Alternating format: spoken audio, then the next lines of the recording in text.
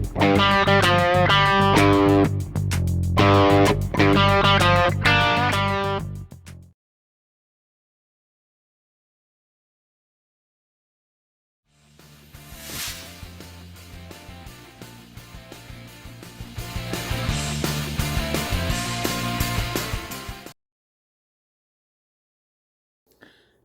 morning, everyone. It's Robert from On My Turntable. Hope you had a great morning this morning. It is Friday morning.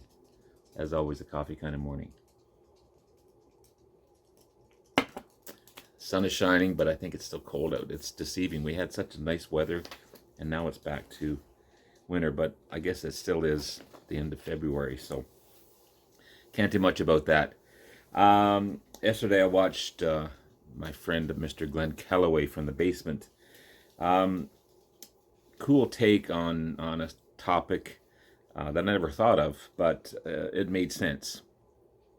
He was talking about are the Eagles, the amazing country rock band Eagles, better without Joe Walsh in the band? And it was a cool take on it, and because Joe Walsh on his own was super successful.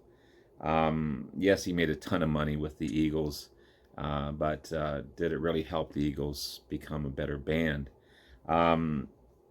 You could go 10 different ways on that one, but it was really good. And I'm not going to put the link below to his channel, but what that did is inspired me to have another look at the Eagles, a band that I don't really listen to much anymore. You know, they've just continued to go on and on and on. They're continuing retirement tour, and it's just the name's still going, but the band is not the same. The original member or the original core of the band is gone.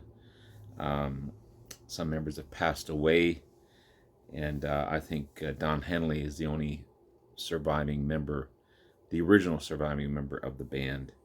I think Bernie Leadon is still around, but the rest of the band is either gone or passed away or moved on to other bands. So I'm just going to have another look at it. I have this nice box set here. I don't have any vinyl of them anymore. I believe I gave my vinyl away to friends of mine. But this is their 6th studio albums. And I thought I'd just have another look at the Eagles. Great, great band. And but a band that I don't listen to much. I was going to do a video on bands I don't listen to anymore, and these guys were going to be part of it, but when I watched Glen's video, it kind of inspired me to have another look and another listen. So Don Henley, again, the only remaining member of the band. Current member is Joe Walsh on lead and rhythm guitars and lead vocals. Timothy B. Schmidt on lead vocals and bass. Deacon Fry, Glenn Fry's son, on guitars and vocals. He's kind of been in and out of the band. And Vince Gill, which lead vocals and guitar, which to me doesn't fit. I can't see that. I've never seen anything with him in there, but that's the current lineup of the band. Again, on their ongoing retirement tour. Former members of the band, you had founding member Glenn Fry, lead vocals, keyboards, super successful solo career as well. He passed away in 2016. He was active in the band from 1971 to 1980, and then again in 1994 to 2016 as they broke up around 1980. Bernie Leadon, lead guitars and vocals, banjo, pedal steel guitar. 1971 and 1975 active. He came back in 2013 to 2016. Again, still, I believe he's still alive today.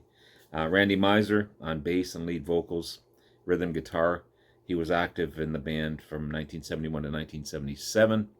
He passed away in 2023.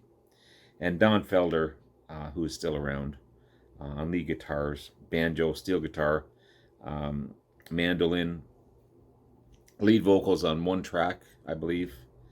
Active in the band from 1974 to 1980, and then again from 1994 to 2001. So that's the current and past members of the band.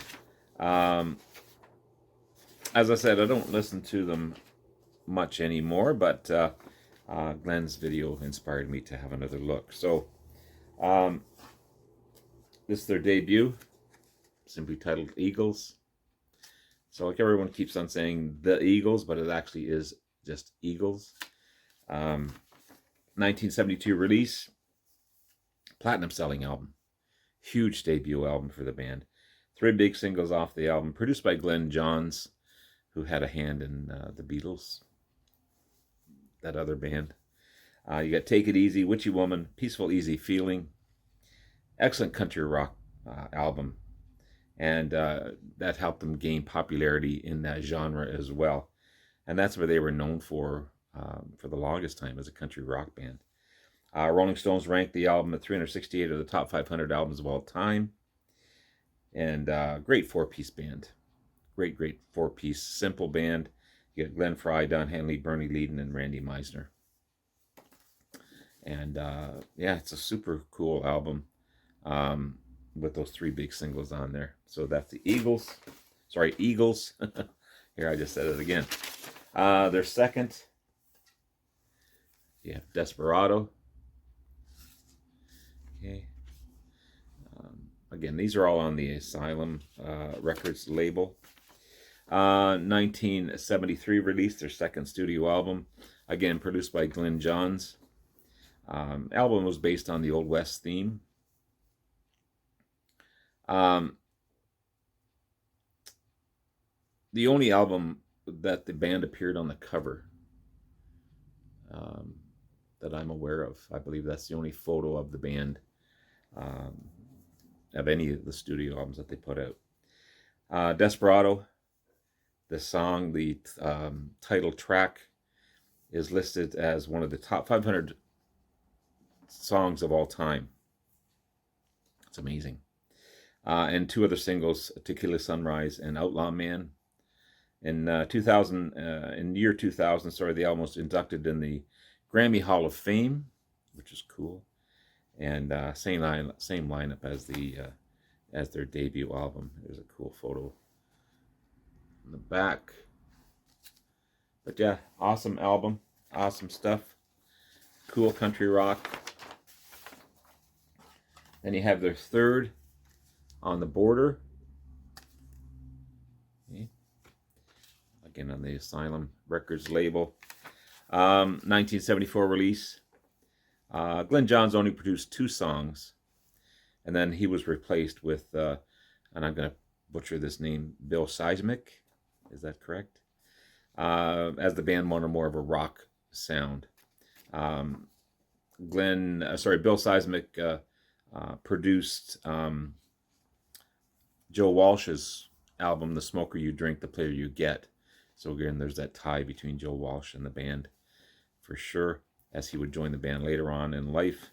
It was the first album to feature Don Felder on guitar, and he became the 5th Eagle to give them more of a rock sound, as Don Felder, of course, is an amazing guitarist. Already Gone, James Dean, and Best of My Love are 3 big singles off the album. It was also features a track called My Man by Bernie Leadon, which was a tribute to Graham Parsons. And Leadon and Parsons were in the Flying Burrito Brothers band together, which a band I have to get. I don't have any of their stuff, but I've heard they're good stuff. You know, Already Gone, You Never Cry Like a Lover, Midnight Flyer, My Man, On the Border, James Dean, Old 55, Is It True, Good Day in Hell, The Best of My Love. Another fine album. Then you have their 4th, One of These Nights. Their photo is on the back, but not on the front cover. Again, on the Asylum label. Another commercial breakthrough album for the band, as they became superstars, pretty much. It was their first #1 album. 3 big hits, One of These Nights, Lion Eyes, Take It to the Limit. Grammy nomination for Album of the Year. And it was also the last to feature Bernie Leadon on guitar, on bass, and on guitar, on banjo, on lead vocals, as he got tired of them not wanting to be a country rock band anymore. They wanted to shift gears and go into more rock, and he didn't agree with that, so he left the band.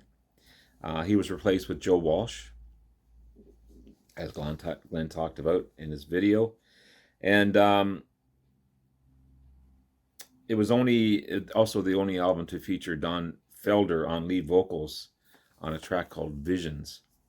I got one of his albums. He doesn't have the greatest voice, but I can understand why, because you got Joe Walsh, you got Don Henley, and you got Glenn Frey on all lead vocals.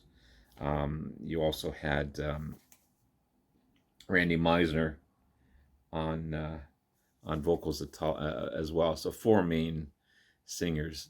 Don Felder, obviously, he wanted to write and sing more songs, but the band wouldn't allow that. So the track "Journey to the" what's it called here? "Journey to the Sorcerer" was also used on BBC's "The Hitchhiker's Guide to the Galaxy" radio show. So that was kind of cool. But yeah, another amazing album, 4th album by the band. And then you go into superstardom, the major commercially successful album, Hotel California. What can you say about this one? This is a different looking album as far as the CD itself, but still on the Asylum label. Again, 5th studio album by the band. 1st album with Joe Walsh in the band itself, and the last album to feature Randy Meisner. He basically got let go from the band because he had kind of almost stage fright. He didn't want to sing. He was afraid to hit the high notes on Take It to the Limit, and the band got upset with him. And of course, if you watch there's a cool documentary. I don't think it's on anymore, but yeah. Glenn Frey and Don Henley pretty much control everything. 3 huge singles off this album: "New Kid in Town," "Hotel California," of course, and "Life in the Fast Lane." It lost out to "Rumors" by Fleetwood Mac for Album of the Year in 1977, which is understandable. 2 major albums in that year. 26 times platinum from this album. Come on, 26 times platinum. Best-selling album of all time. Still not selling as much as their greatest hits album, 1971 to 1975. That thing that made millions for the band. Number 37 of the best 500 albums of all time. And I totally agree. It's amazing. It's amazing stuff. And then finally in this set is the Long Run, 1979 release. Okay. Is the CD there? The 6th album by the band. Timothy B. Schmidt, who was with Poco, replaced Randy Meisner on bass. Also the last album to feature Don Felder before he was let go in 2001. Another 3 big single album: "Heartache Tonight," "The Long Run," "I Can't Tell You Why," sung by Timothy B. Schmidt. The band would break up after this one, and they would reform again in 1980. And they wouldn't put out another album until 2007's "Long Road Out of Eden," which I don't have in my collection. "Heartache Tonight" won a Grammy Award for the album of the year. The single of the year. I'm sorry. And the album itself went 7 times platinum. Another huge success. Jimmy Buffett and Bob Seger sang some backup vocals on the album, and David Sandberg played sax on the Stat Cafe. So, yeah, cool stuff. So there's my look at the Eagles. Thank you, Glenn, for inspiring me to have another look at this wonderful band. I'm going to definitely have a listen today on the Eagles, a band that I don't listen to anymore, but I will. And I think I'm going to have another look at some other bands that I don't listen to anymore and see if I still like them or I don't. Anyway, have yourself a great rest of the day. Love you all. We'll talk to you again soon. Thank you so much for everything that you guys have been doing, your amazing comments. Please like and subscribe below. You're fantastic. And we'll talk to you again later. Bye now.